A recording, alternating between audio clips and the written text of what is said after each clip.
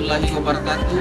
Pertama-tama marilah kita panjatkan puji syukur atas berkat rahmat Allah Subhanahu wa taala yang telah memberikan kita kesehatan sampai sekarang ini. Pada kesempatan yang berbahagia ini, kami dari kelompok 5 akan mempresentasikan materi pembelajaran berdiferensiasi pada aspek lingkungan belajar. Nonton video sampai akhir biar kawan-kawan tidak salah paham.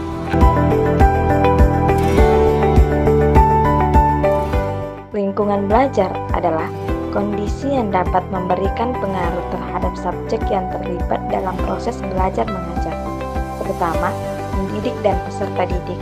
Lingkungan belajar juga meliputi susunan kelas secara personal, sosial, fisik, dan juga menyesuaikan dengan kesiapan peserta didik dalam belajar dan minat mereka, agar mereka memiliki motivasi dalam belajar.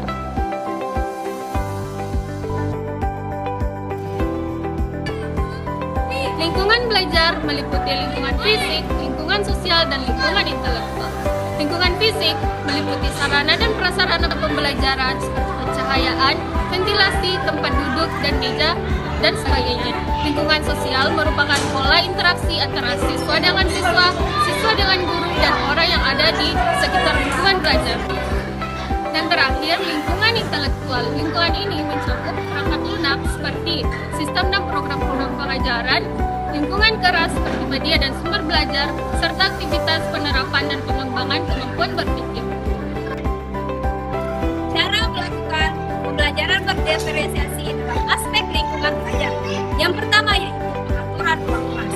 Pengaturan ruang kelas dapat disesuaikan dengan jenis kegiatan yang akan dilakukan pada saat proses pembelajaran, seperti pengaturan tempat duduk peserta didik dapat dibuat berlingkar, kotak, berkelompok, dan lain sebagainya. Pembelajaran di luar kelas.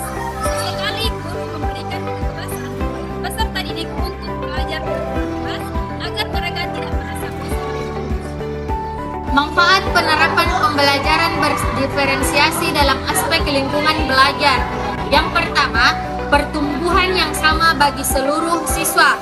Implementasi pembelajaran berdiferensiasi bertujuan untuk mendukung perkembangan belajar setiap siswa tanpa memandang tingkat kemampuan mereka. Yang kedua, pengalaman belajar yang menyenangkan.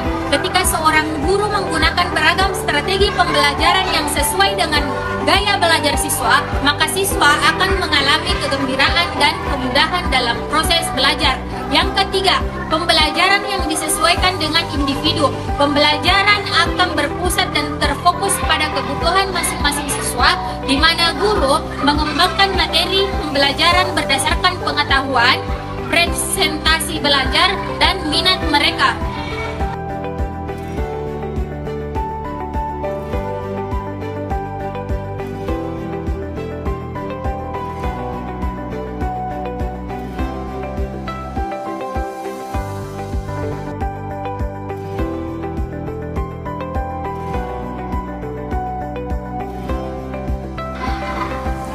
Penerapan kontekstual pembelajaran. Ibu Suryani berusaha menerapkan lingkungan belajar yang mendukung pembelajaran berdiferensiasi. Di dalam kelas, ada berbagai karakteristik peserta didik.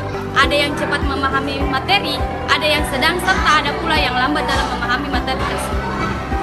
Untuk memperhatikan lingkungan fisik yang dapat mendukung kegiatan pembelajaran dengan mewujudkan lingkungan kelas yang bersih dan nyaman.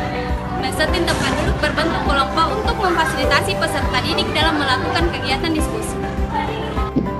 Memperhatikan lingkungan sosial dengan mewujudkan interaksi antar guru dan peserta didik, serta peserta didik dengan peserta didik yang lainnya, sehingga mampu menciptakan lingkungan belajar yang nyaman dengan membentuk kelompok sesuai minat dan potensi peserta didik, dan juga memberikan kesempatan peserta didik untuk bertanya dan menanggapi peserta didik yang lain.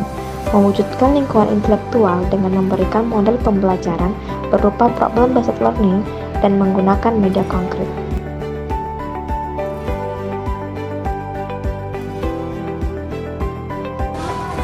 Itulah tadi pemaparan dari kelompok kami tentang materi pembelajaran berdiferensiasi pada aspek lingkungan belajar.